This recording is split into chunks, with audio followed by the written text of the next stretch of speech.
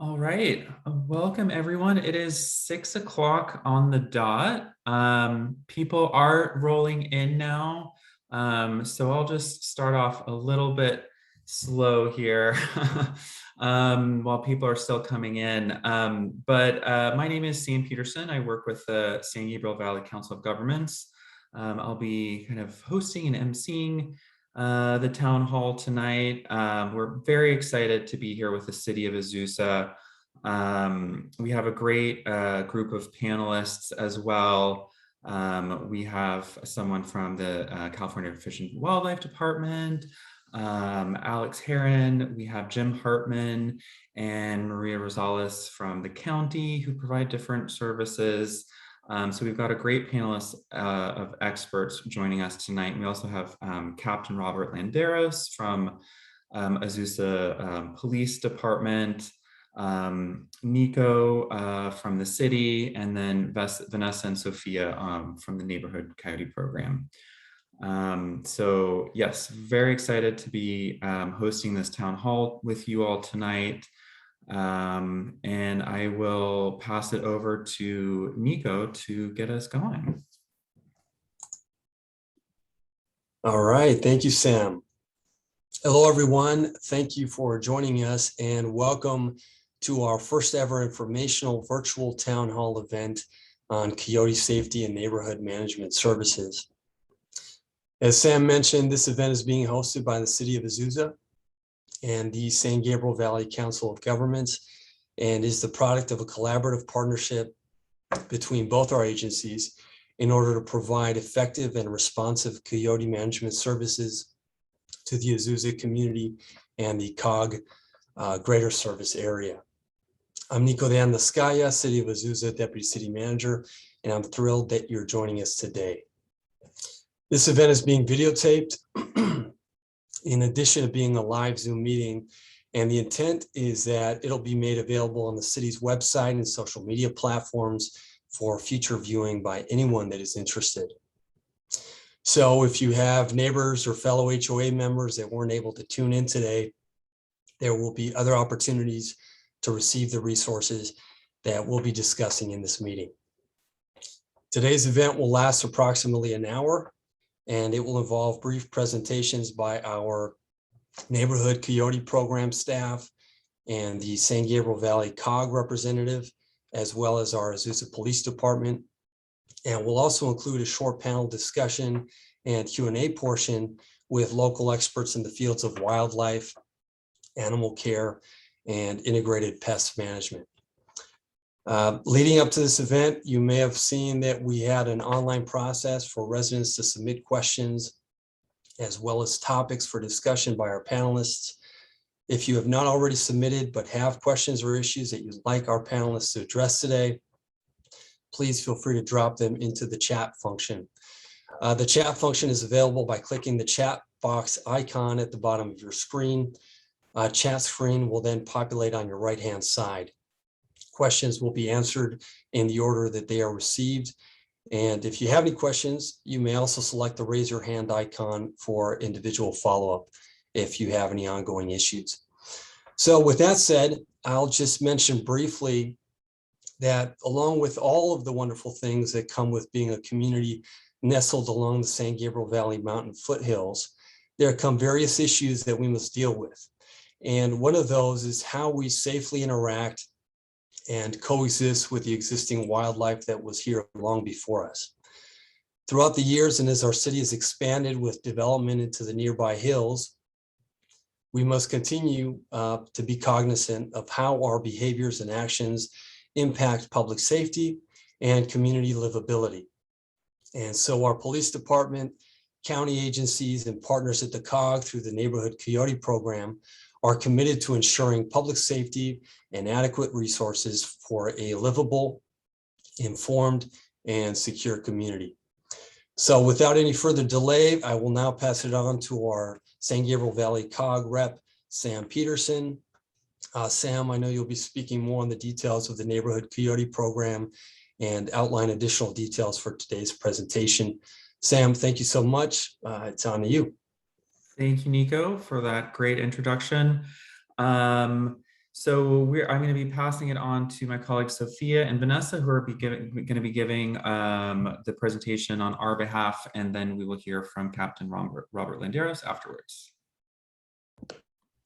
Thank you, Sam. I'm gonna go into the presentation right now. Just give me a chance to share my screen. And can one of the panelists let me know if they can see my screen? You're all good. Awesome, thank you. Well, good evening, everyone. Thank you so much for attending Azusa's virtual town hall on coyote safety. My name is Sophia, and I'm here with my colleagues Sam and Vanessa. We represent the San Gabriel Valley Council of Governments, which is a regional agency that seeks to improve the quality of life in the San Gabriel Valley. In our presentation today, we will review Coyote 101, attractants and deterrence, hazing, some myths and facts about coyotes, our program, and some steps to take moving forward. Thank you, Sophia. So here are some identifiers that will help you basically identify a coyote. Some of them would include their upright ears, their long snout, their long bushy tail. And according to the Southern California Urban Coyote Study, adult coyotes can weigh from 16 to 37 pounds, making them an average of 25 pounds. And coyotes are actually omnivores. Their diet consists of berries, fruits, and vegetables, small rodents, raccoons, birds, rabbits, garbage, pet food, and sometimes, unfortunately, small unprotected pets. Their offsprings are usually born between mid to late spring, and their litters consist of 4 to 7 pups, and the younger ones who usually stay with their parents until late summer. So here are 3 seasons you should be aware of. We have the mating season, which starts from January to March. During this time, we usually recommend residents to keep their pets indoors and also make sure that they're spayed or neutered. The second season is the denning season, which comes from March to July. During this time, we want to make sure that our yards are kept free of attractants, and we want to make sure we clear our brush and cease cross space access. And lastly, we have the dispersal season, which is currently now in September to December. And this is usually when the pups are already like 6 months old and they're beginning to leave their den. We often see coyotes roaming around our neighborhoods because there are things attracting them, and we call these attractants. They're usually things that coyotes value as resources, such as food, water, and shelter. And they're under food, we have bird feed, pet food, fallen fruit from trees, overflowing garbage and compost, and unattended pets. There's also water coming from the bowls that we use to feed to water or give water to our pets, as well as bird baths. And certain things coyotes will see as shelter, which is access to crawl spaces under our homes, as well as overgrown trees, bushes, anything that's in our yard that can grow. And so this picture highlights attractants commonly found in backyards. So you can look to the bottom of the left-hand side of the trees, or left-hand side of the picture where there's trees. And here we would say trying to keep this area clean clear so that coyotes can't make dens there, as well as in the back you can see a bush highlighted in green. There's also a bird feeder here and a bird bath, which coyotes will view as food and water and want to come into your yard because of that. And as well as this fence, although it may seem tall, it's not quite tall enough to deter coyotes. So we recommend adding things like coyote rollers, and we could talk more about that later. And just as there are things that attract coyotes to our yards, there's also things that we can do to deter coyotes. And here we can use scent. So using ammonia, vinegar, or dirty socks in our crawl spaces so that coyotes don't want to make a home there because the smell is just so bad to them. Lights, so we recommend using motion sensing lights at night. This way, if a coyote is starting to enter your yard and that light comes on, they become afraid and they'll walk away and go somewhere else. Sound, we recommend radios, ultrasonic sound, so using things like dog whistles, which is just above that register where humans can't hear it, but it bothers coyotes. You can also yell, rattle some keys, do anything to make the coyote just be like, oh, like it's too noisy, let's go away. And as well as physical deterrents, such as the fence rollers, which is what I talked about in the previous photo, and motion sensing sprinklers. So yeah, thank you. And here, you can see the impact that resources have on coyote populations. So removing coyotes themselves without taking away their resources will result in the same number of offspring in the next pupping season. In order to effectively reduce coyote presence in our neighborhoods, we must limit their resources, because taking one coyote away, or even a few, is not going to solve the problem, and they will continue to have pups if there's enough resources for them to do so. So this is why it's important not to provide coyotes with sources of food, even if they seem ill or if they seem like they are in need. Intentional feeding causes coyotes to become habituated to a specific area, and therefore they can associate humans with food. And over time, they'll become very comfortable and fearless of humans. Some of the things you can do to keep coyotes away is by hazing them. Hazing them is all about reinforcing their natural instincts so that they can keep being scared of humans. Some of the best techniques include waving your arms and making yourself look as big as possible, making as much noise as you can. If you have a stick, always wave it in the air. And if you're at home, if it's safe to do so, use a spray to guard, your garden hose to spray them, or bang pots together so you can make a loud noise and scare them away. And we always recommend for you to carry a flashlight when you walk outdoors, especially during the evening, and to carry something with you like a stick or keys or anything that can make noise. And don't turn your back on a coyote. Always walk back slowly, and the coyote's either out of sight or that you're indoors safely. And here we have a few coyote myths and facts. So the first myth is that we can trap our way out of the problem. Trapping is, taking coyotes, and oftentimes the perception is that we'll move them away from the area, but we actually do not trap and relocate coyotes in California. If you do trap a coyote, you'll have to release it on spot or euthanize it. But going back to the resource slide earlier, trapping will not affect the coyote population. In fact, they will just keep coming back. And the second myth is seeing a coyote means I'm in danger. This is also false, because coyotes while coyotes associate humans with food, they don't associate them as food. And that's why we try to limit the resources available to them as much as possible, because coyotes will see us going into our house, and then they recognize that house always has low-hanging fruit. So they're going to associate us with food, but they will not see us as food, so they won't want to attack us and eat us.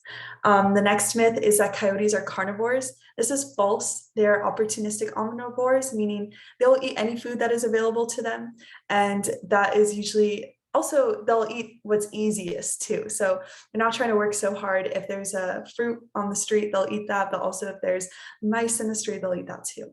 And next one is that our program cares more about coyotes than residents. This is not true. We do not take a pro or anti-coyote stance. We simply provide scientifically proven best practices, and we are really here for the residents. That's our role as the Neighborhood Coyote Program and the SGVCOG. We're here to help y'all, and you're a priority and your safety. And the last myth is that coyotes are new to the area. This is false. Coyotes have been in the LA area for 45,000 years. The new things are the habituation and proliferation of resources. So that is why it's important that we condition coyotes to still be afraid of humans and to take away their resources. Let's talk a little bit about our Neighborhood Coyote Program with the SGVCOG. So these are some resources that we offer. We offer a hotline access and reporting tools. So what this consists of is a phone number in which you may call to report any coyote sightings. It could be that you either saw a coyote, you heard it, or it was like going into your property, into your lawn or your backyard. Anything like that would be important to report. Reporting really takes a couple minutes. You can just, the phone number is really available all day, every day. We don't monitor it 24/7, but we will get back to you. All we really need is where did you see the coyote, what time did you spotted the coyote, and also what it was doing. We want to know whether it was being aggressive or whether it was just laying down in the yard and not not really caring whether there's humans around, and whether it was responding to hazing or not. Other resources we offer is pet safety planning, referrals to resources, workshops, and training. And we currently are working with 10 different cities, as you can see on the right-hand side, and Azusa will be one of our cities we partner with. So for our hotline, we categorize the reports on 5 levels. Level 1 is if you see or hear a coyote or a coyote is resting in a public space. The second one is if coyotes are resting in public areas with humans present, or coyotes are entering the yard or home without pets present. Number 3 is if a coyote enters the yard and injures or kills an unattended or attended pet. A coyote has bit an injured or unattended pet, or a pet on a leash. And lastly, we have if a coyote is aggressively following you with your pets. And level 4 is our coyotes aggressively following you without your pet. And level 5 is a coyote has bitten or injured a human. And so the most common levels we get are 1s and 2s, as well as a bit of 3s.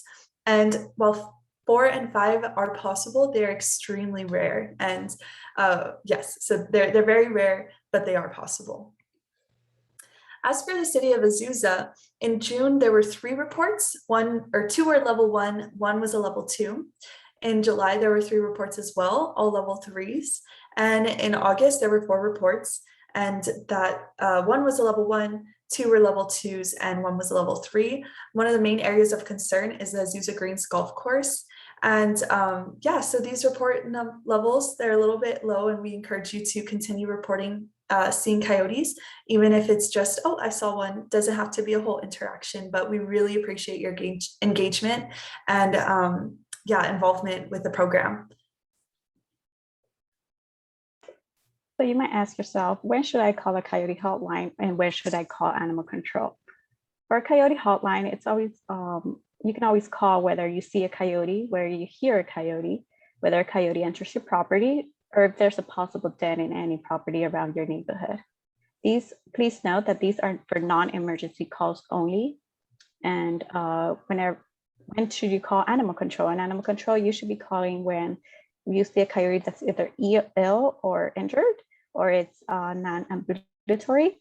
And if you ever have a case in which a coyote attacks your pet, it's always good to take your pet to the vet, to your local vet, and have him checked out. And if unfortunately the coyote killed the pet, it's always a good idea to call animal control, and they'll be able to help you out with that. The coyote reports really help us to inform the community where coyote sightings have been, and that way everybody's more vigilant about what's going on in the community, and therefore everybody kind of takes care and looks after each other. And lastly, as you can see here, if it is a case of an emergency where a coyote attacks a human, please call 911. And so here are just some general steps to take, some takeaways from our presentation. We encourage you to educate your neighbors, friends, and families about removing attractants. This way, if it happens on a large scale, we really will see that decline in coyote presence in our neighborhoods. We do have lots of resources on our website, including a yard audit, which kind of takes you through how to remove those attractants. And you can always email us. We will provide our contact information at the end, but you can call, email, however you would like to contact us, you can, and we can put you in touch with those resources. We also encourage you to report vacant homes. So den sites can be found in washes or on properties with code violations. You can either report them to us or go directly to code enforcement. Regardless, if you report it to us, we will go to code enforcement. And we also recommend always supervise pets outside, always use a leash, and keep that leash less than 6 feet so that coyotes are just not as attracted to your pets, and that you can really supervise and see what's going on. And if you do see a coyote, you can take the steps necessary to get you and your pet to a safe situation. And last but not least, please haze coyotes when it is safe to do so. Even if we are used to seeing coyotes, we really encourage you to haze them, even if it seems like, oh no, like I don't want to bother them. They look so peaceful. It's really important that they recognize humans as someone that they don't want to be around. And that's why we strongly encourage hazing as a tactic. And if it takes place again at a large scale, that is how it will become more effective. And here's our contact info. We have reached the end of our presentation, but we just want to remind you, our hotline is listed right here with the number. Our office hours are only Monday through Thursday, 7 a.m. to 6 p.m., but you can report anytime. These are for non-emergency calls. So if you call on the weekend or after our office hours, we will get back to you as soon as possible. Just leave a message. Again, like Vanessa said, briefly detailing the interaction that you had or with any concerns that you have. And you can also email us at coyotes@sgvcog.org. We have a person checking email 1 to 2 times a day. And there we can also provide you with our resources through PDF format, or you can let us know if you'd like us to mail you some resources. And finally, we encourage you to use our report form, which is tinyurl.com/sgvcoyotes. There it takes you through the report process. I think it's the easiest way to report, and it's a survey, and it just asks you a few questions about the location, how the coyote was behaving, and among other things. But yeah, thank you so much. And I'm now going to pass off the presentation, I'm going to pass this off to Sam so he can get us to the next part of the town hall. But please take a picture of this slide, screenshot, write this down, and yeah, use this as a resource. We're here for you. Thank you. Great. Thanks so much, Sophia and Vanessa. I see we have one question already coming in. I just want to remind the audience that you can use the Q&A feature to ask additional questions to our panelists. We'll go ahead and get those answered live during our panel discussion after Captain Robert Landeros' presentation. Take it away. All right, good evening. I'm Captain Robert Landeros. I'm the operations captain for the City of Azusa Police Department. I'm very familiar with the coyote concerns. I am a resident here and I actually live in near the golf course off Sierra Madre. So I have seen Oscar and the other coyotes that come around. I've spoken to residents numerous times regarding their concerns, and I'm really here to explain what the police department's role in these types of situations. As indicated in the presentation, really the police, the 911 call should be reserved for, threatening situations towards humans. If those types of situations arise, we will treat it as an emergency and dispatch officers there. Some of the things we take a look at if we see issues with coyotes, we can also notify code enforcement. If you need to get a hold of code enforcement for the City of Azusa, you can contact them through our business line, 626-812-3200. And I really, we have our policy regarding our response. We're only going to intervene if there's a threat to human life. We can't intervene if there's, they're chasing a cat down the street. We're not going to use deadly force on situations like that. If we have significant issues, we'll reach out to our partners in wildlife management to help solve these problems. And this is nothing new for our police department. We've dealt with bears, mountain lions, coyotes over the years.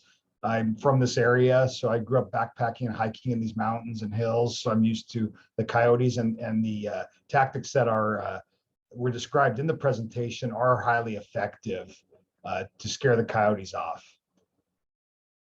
And I want to open up to whatever questions anybody has for me regarding law enforcement specific response related questions. Great, thank you so much, Captain Landeros.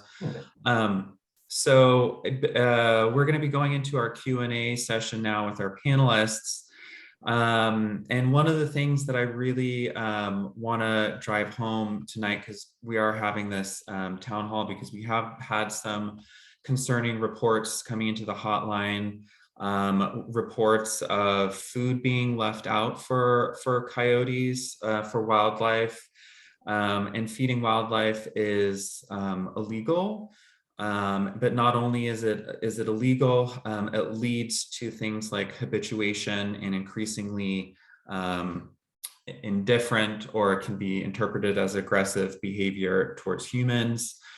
So I think it's really important that, you know, we're an education and outreach organization, first of all. So we're only half-time, we're not even part-time on the program. So we're an education and outreach program. We're not a boots on the ground type of program. So we're here, you know, when we get reports, we want to connect with the California Department of Fish and Wildlife, the county code enforcement, PD, and really coordinate a response and get the community together on these issues. And one of them for me is feeding. So feeding is incredibly dangerous because it leads to habituation, which puts everyone in the community in increased risk. And for those people that are feeding wildlife and think they're doing a good thing, it's a communal food bowl for wildlife is the easiest and fastest way to spread diseases. So, you know, it's bad for your community, it's bad for your neighbors, it's bad for the wildlife, and it's illegal. So that's one thing that I really want to drive home tonight. So if you are feeding wildlife, please stop. But I'm guessing that's nobody here. If you are aware of anyone feeding wildlife, that's one great way we can partner with you and work together. That's a great report to submit to our hotline. We actually had someone in Alhambra report, I think it was a white Toyota Corolla that was showing up to a parking lot at 9 p.m. a couple nights a week, and leaving food out for feral cats, right? And so that's actionable information, and actionable report. We can partner with PD, we can partner with CDFW to do something about that. So that's something I really wanted to drive home tonight. So the first question we received says, if we call the coyote hotline to report sightings and the coyote follows or threatens us, what are the steps you can do to help people, right? So Vanessa and Sophia, you're welcome to jump in after me, but I'll kind of take a first shot at this. So again, we're an education and outreach organization, so we're going to want to know information about what the context around this, what time of day it's happening, and just provide you some best practices for making sure that you keep yourself safe when you're out on walks. So if that's during the dusk hours, you know, coyotes really hate bright lights. So a flashlight is a fantastic thing to take with you. They hate loud noises. So we have little coyote whistles we can send you for free if you want to email us at coyotes@sgvcog.org. Provide us your address. We can provide you a little keychain whistle to take with you.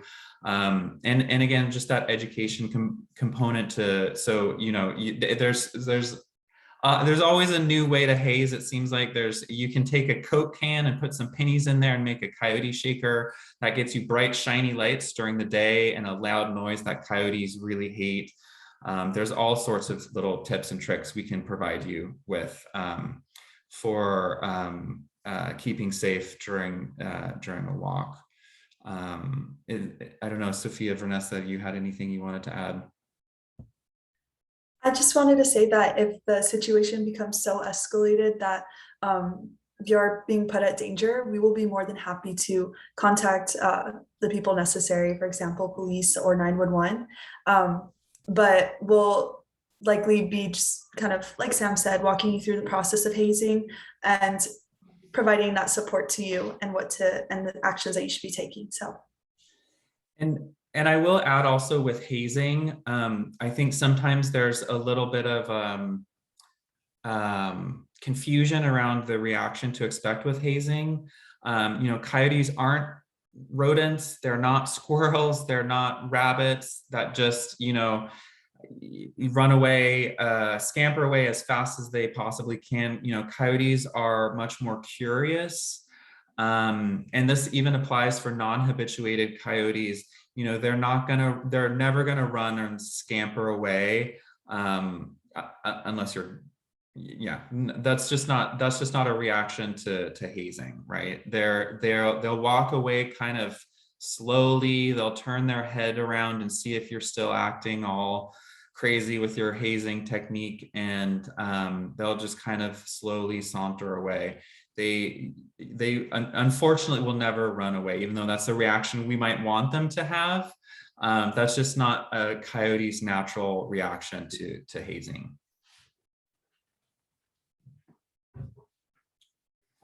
All right, so moving on to our next question here.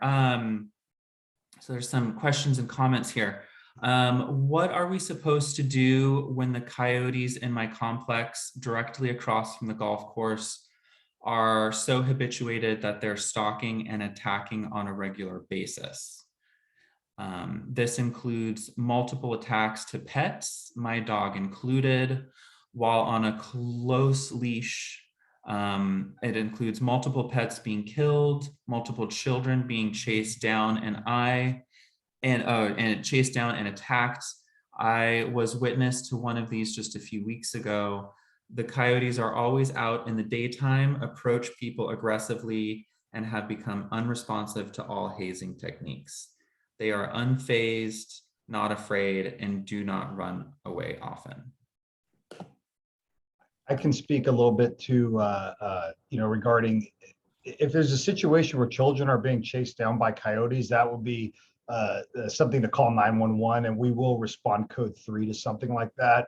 In recent months, there's been some talk over social media regarding a child being attacked. Our agency has followed up on that, was unable to confirm that.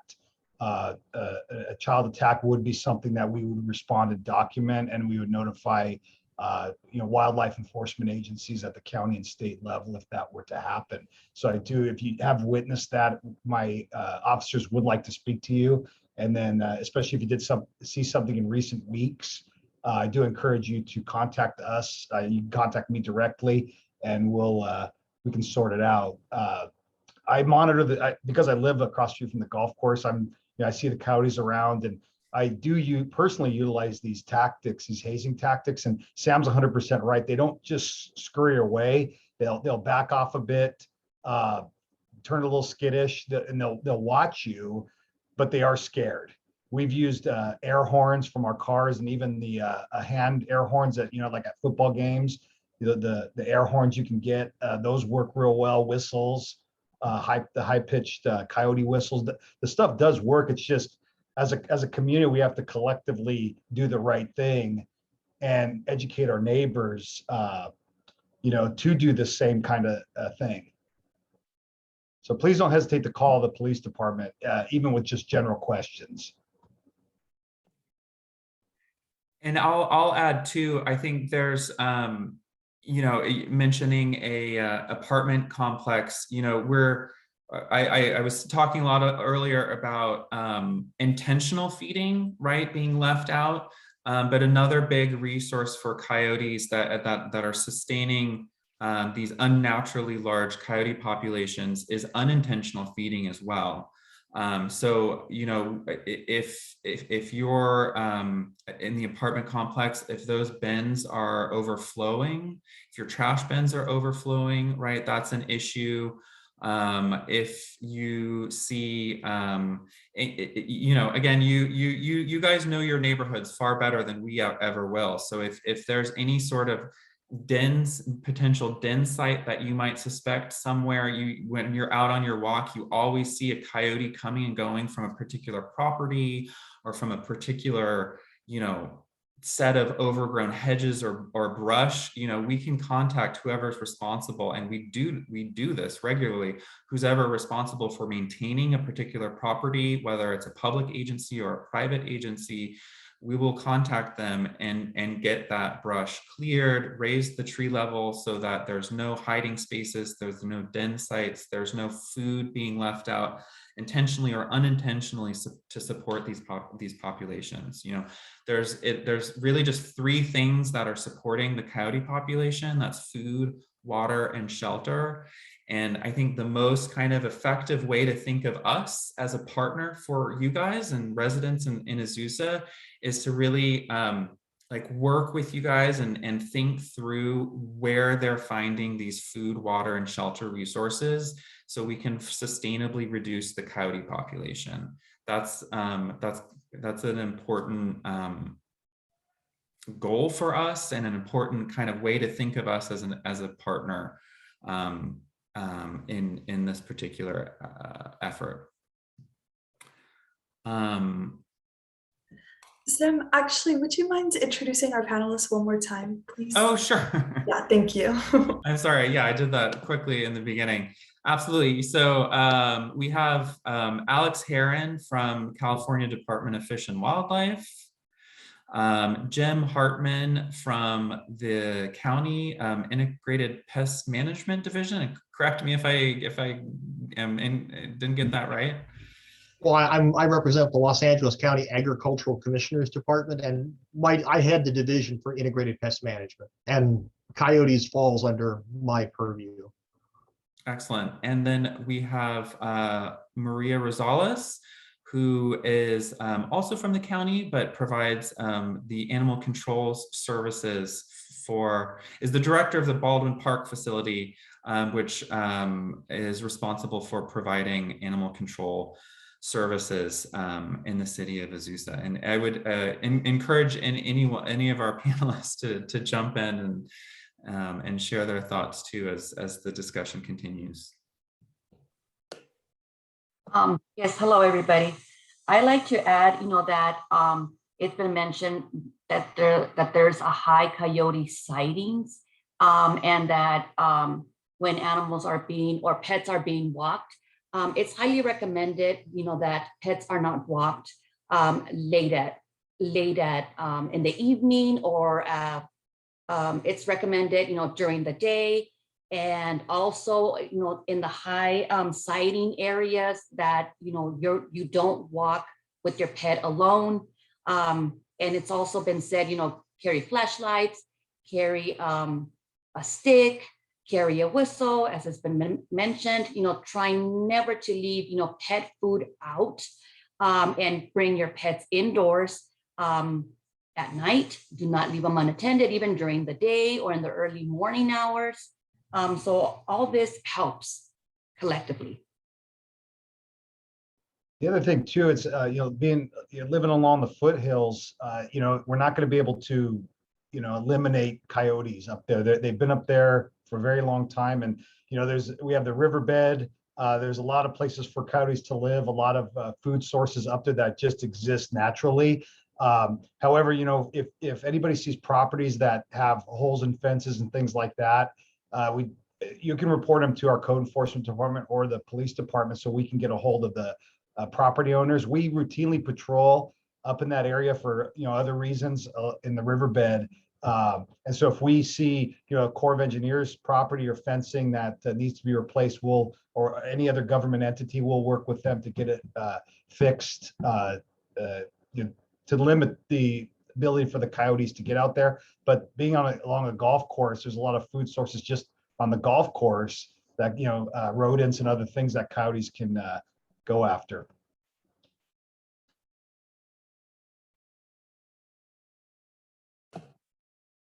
Yeah, and I see that there's some additional comments here. There was a request from a resident for a call, so we'll make sure to pass that along. And there's another comment. The two children were chased by a coyote, and I was at the pool and had to let them into the gate so they could be safe. And then another neighbor who was at the pool walked the kids home. This was at 900 West Sierra Madre Avenue. And I won't mention the unit number, but So that's the apartment complex at 900 West Sierra Madre, if I understand correctly. I'll have an officer follow up on that to, see if we can speak to people and document what we have, what occurred up there. Yeah, and I would also like to kind of in the preparation for this meeting, it came up that we might have a contact for the property manager of this apartment complex. So I will be following up with the property manager management as well. I think that could be a fruitful relationship to develop. There's things, there's a number of deterrents we could talk them through to think through for implementing in the property, which may be helpful.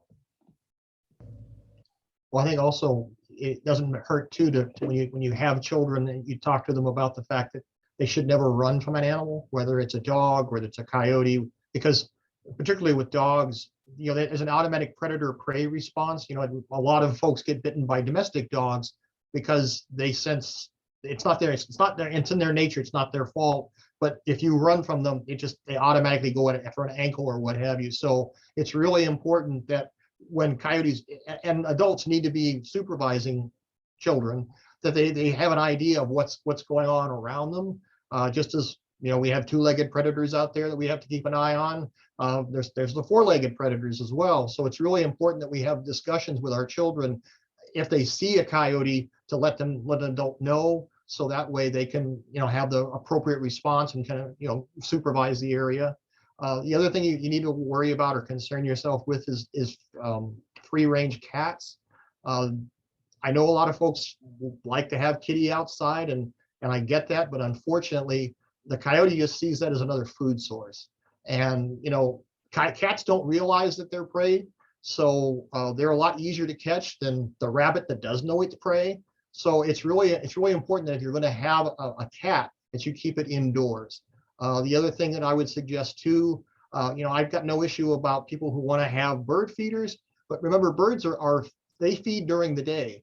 At night, you really should either cover them or take them inside, because what's the bird feeder is going to do for a coyote is bring in its other prey and things like rats, possums, raccoons. So other things that are going to be looking for that as because birds tend to be sort of messy feeders. So they're going to be looking for these other things that are going to be feeding on that grain. So whenever possible, if you can kind of eliminate that, it's a good idea, because it's just one less reason for a coyote to come by and check your neighborhood. And coyotes are creatures of habit. If they know that they've been successful or have seen food before in an area, they're going to come back and check that area first to see if there's another opportunity for them to feed. Yeah, that's a really great point, Jen. Thank you. I'll say, just from my own perspective, I'm also a concerned resident. I live just a little down the foothills in another area, and we get reports of bears and mountain lions and coyotes, and so there's and we've even had reports of predatory birds attacking some small dogs.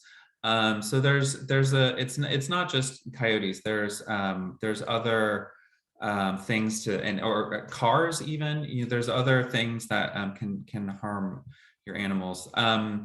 And I'll also say, part of my own learning experience in getting knowledgeable about the coyote issue, we have some fruit trees in the back, and about 25% of a coyote's diet is fruit. And so just, I look at my backyard in a totally different way now. It is, whether we like it or not, it's part of an ecosystem. And things like squirrels, going after the fruit. Coyotes are smart. They'll see those squirrels coming and going in a particular area, and then they'll wait there to hunt either the squirrel or get some fruit that's fallen onto the ground. So it's we have a yard audit we can send people, and it's kind of a good way to think through the role that your yard and your community is playing in the ecosystem, and kind of really just makes you think about your yard in a totally different way. And I'm wondering, and I'm sorry, I'm seeing some more comments here. So we have so someone's saying we live bordering the golf course. We all know where the den is. Why isn't someone patrolling the golf course? So I don't know if anyone's reported this to the city or PD, but we've not had a specific report of a den site. So I would be very interested in hearing the location of the den site. So again, I would encourage you, Coyotes at sgvcog.org, and we can follow up and investigate that with the appropriate agency. I will say we need a little bit more information than just the golf course. So please try and be as specific as possible. That would be great. And there's an additional comment. FYI, Villa Azusa are expensive condos, not apartments. We are run by a board of directors. Okay, thank you for that correction. So I would, yes, whoever's responsible for maintaining the property, ultimately there must be somebody there. I would be very, very curious in getting in contact with them and discussing some deterrent implementation.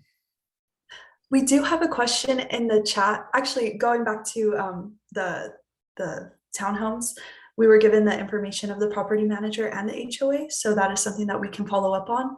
And then in the chat, Terry Hernandez has a question, and it's, do coyotes typically roam around in packs?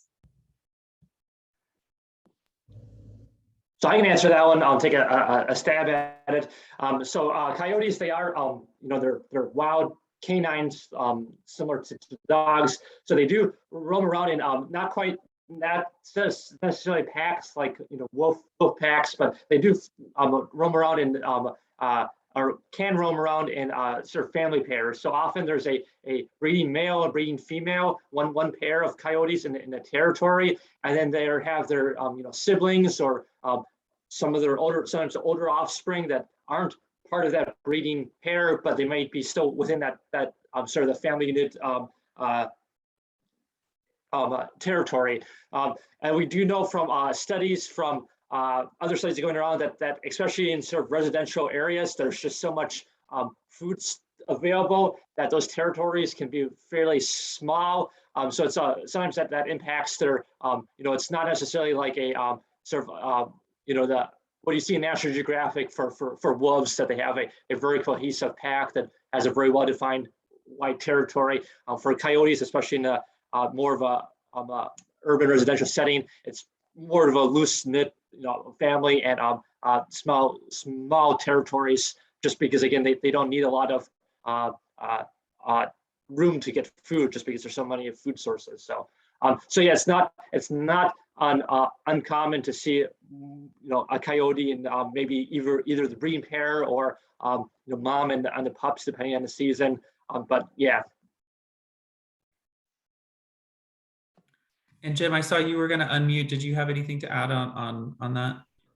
No, not really. I mean, yeah, they form small family groups readily, and of course, you also have the transients that move in between habitats.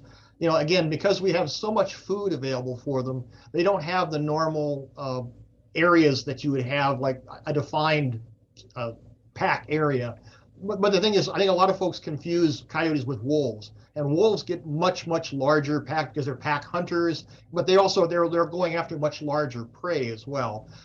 Coyotes can sustain themselves on much smaller amounts of food or animals, and they're not designed to do anything much more than things that are about a medium-sized dog type prey.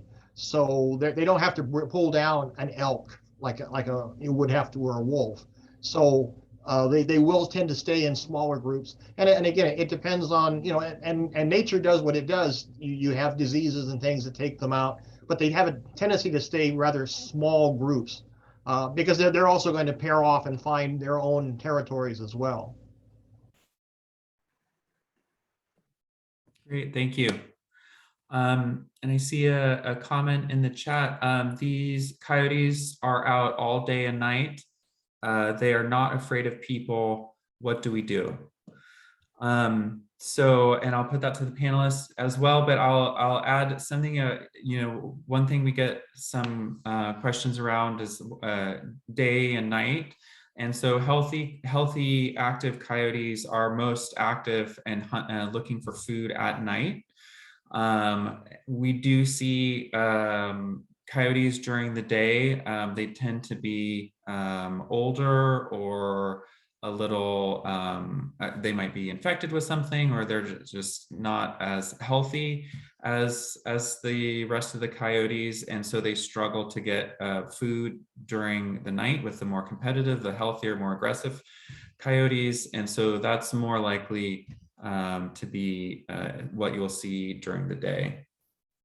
I was going to say too, so coyotes, there's only two predators for coyotes: mountain lions and cars, and they don't see us because we don't shoot at them or do anything to them. So somebody once actually talked about coyotes see us as like wallpaper. We simply don't exist for them because we don't have any major interactions with them.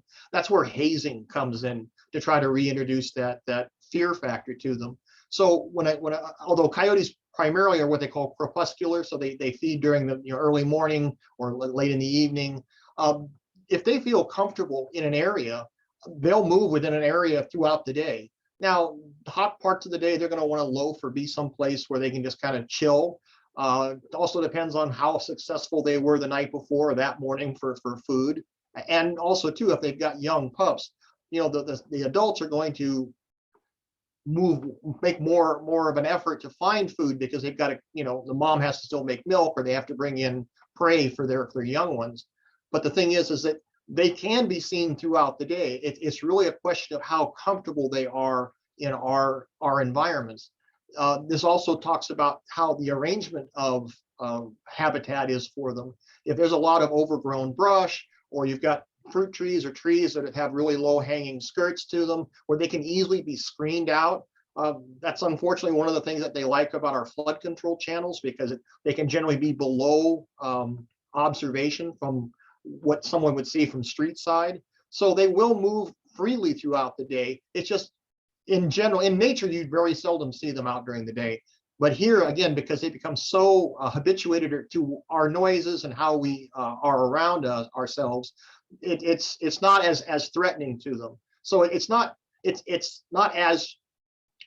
something that is unusual. But then again, it's not necessarily threatening either that you're seeing them during the day. But it is more common to see them at night or first thing in the morning, if that makes sense. And I would add on to that. So for if you do see them and they're not responding to hazing, first of all, again, make sure you report that to either to the COG or to the city, because oftentimes I'm positioned up at the over in the state capitol in Sacramento, and we get a lot of, by the time it gets up to us, it's already sort of too late. There's a lot of people who have said that they see a problem, but so again, if you're seeing these, make sure that you report the issue to the COG so that they can keep tracking tracking the issues and outreaching you. So again, that we in areas where we start seeing an uptick in reports, we can implement those early hazing techniques when they're most effective. And for the cases that are, if the coyote, unfortunately, sometimes hazing isn't working in all circumstances. Sometimes a different response is going to be needed, but that's sort of at a case-by-case basis. But the COG and the city can help coordinate that with other various partners and agencies involved. I see some other comments regarding Jim's right regarding just because of the area it's in, because it's so close to the hillside and the riverbed where there's a lot more nature out there. They are going to be out there during the day. I have seen coyotes up there. Up at Northside Park, someone referenced a coyote in the park. I know they've been at least 2 coyotes have been frequenting that park up there. I don't recall anybody reporting being chased, but I see some comments in there that someone's husband was chased by two in the early morning. Please call 911 if you're being chased by coyote or you just got chased with a coyote, because we want to know about that, because that could potentially be a life-threatening issue. But I have personally used these techniques, these hazing techniques up there on Sierra Madre, and it does work. I actually earlier was showing a photo that I took of a coyote in my complex that was eating trash that was left out. I think really what it comes down to, we as humans, our neighbors are doing things that they're not supposed to be doing. All of our agencies here, we want to help mitigate the problem. We're not going to completely eliminate it. It's going to take community effort. It's going to take all of us that speak to neighbors up there and try to educate our neighbors regarding, don't leave your trash by the dumpster or out where coyotes can get it. Make sure it's all in the dumpster. If everybody's using the hazing techniques, if you're driving up there through your complex and you hit your horn multiple times, that works also. I've utilized that tactic. So these things do work. And if you're having problems with it, you need help with it, please contact the city or the COG. Yeah, that's I great. use them myself. I mean, to be honest with you, one of the things I've always found to be helpful is you wouldn't want to do this with lions, tigers, or bears because they'll eat you, but eye contact with coyotes. Coyotes get the fact that they're at a lower level than we are. So you make eye contact and you be aggressive. You get your inner animal out and maybe shout obscenities, whatever makes them go away. I found that even I'll chase after them and they'll run. They'll stop about 40 yards away. We'll look to see if this crazy guy is still chasing after them. I bounce after them again and they're gone. And I've never had it not work. But again, it has to be something consistent in your neighborhood, and you have to have it on and on and ongoing. It can't be just you'll just do it today or tomorrow. I got something else to do. You have to be consistent and have your neighbors do that. That's one of the reasons why the Wildlife Watch program that this California Department of Fish and Wildlife has is such a great program. They can come into your neighborhood and teach you techniques for that, and they will. It's based on the old neighborhood watch program that a lot of police agencies also still have. And you have block captains and they encourage one another. It's a really fantastic program that empowers your residents to help themselves as well. So it's something that I certainly encourage folks to do too, because it's something that you can do as a citizen to help yourself as well, because we're all in this together when it comes to wildlife coexistence and preventing wildlife conflicts. I always like to think that the smarter of the two creatures that are out there can make the difference. I'd like to think that's still us. So, it really, a lot of these problems are brought on because they've associated us with food. So it's really kind of, unfortunately, it falls to us to kind of help be the solution for that as well. Jim, your tactic of staring them down actually works. I'll share this photo right here that I took one morning. I was walking to my car, and if you see that coyote's eating a chicken bone, I'm not far from it. It looked up at me, and I basically came at it quick, walked towards it like with my arms up in an aggressive way, and the thing took off. They get that they're not, that we still are in charge of things, So I mean, however, you make sure that when you do haze a coyote, you're not backing it into a corner, because no animal, they're going to react differently if you're sticking them in the corner or something, or you have like 15 people and you're moving an animal into an area where it can't escape. It has to have a place for it to escape. So we have to be cognizant of when we do this, that we allow an opportunity for the animal to go someplace where we don't care where it goes. So it's kind of important to do that as well. Again, it's really about keeping cognizant of what's around you and what's happening. Same thing when you're out at night or early in the morning. Again, we all need to be aware of our surroundings. If you're going to come into an area and you have to walk your dog for whatever reason early in the morning, you want to avoid areas where you're going to have hedges or places where anything can ambush you, right? So it's just thinking ahead and thinking about what your route is going to be to try to protect you and your pets. Yeah, and that's important in foothill communities too. When you're out on a hike, if you've got your dog with you, you want to keep that on a very short leash because you just don't know what's going to be around the corner or around that bend. So that's a great comment there. And I see Nico added into the chat that in some communities, special wildlife safe trash bins are available through the city's waste management provider. Additional information will be made available on the city's website as appropriate. So thank you for adding that. And you can also, again, reach out to us as well if you can't find that, and we will connect you to the right resource. And Alex, I saw you already answered this, but I think that might be beneficial for the group to talk about our sense of unneutered or unspayed dogs and a sexual attractant to the coyotes, or are they simply an attractant as a food source? Yeah, sure. So, and that's a it's a great question. I don't actually have any of the I don't know what the research is, or there's been research on that. But in general, animal smells like pet smells is probably going to be more of an attractant to a coyote, not just because again they are interested and curious creatures. So if they smell another like a dog, if it's a larger dog, they may think it's a competitor or a maybe another coyote. If it's a smaller dog, they might smell it as a food source. So in general, I'd advise to if at all possible, try to remove animal smells. So removing pet waste or spraying down an area, or using I think a Sam or or maybe Sophia or Vanessa mentioned using like a rag soaked in ammonia or something like that to try to mask a smell, just because again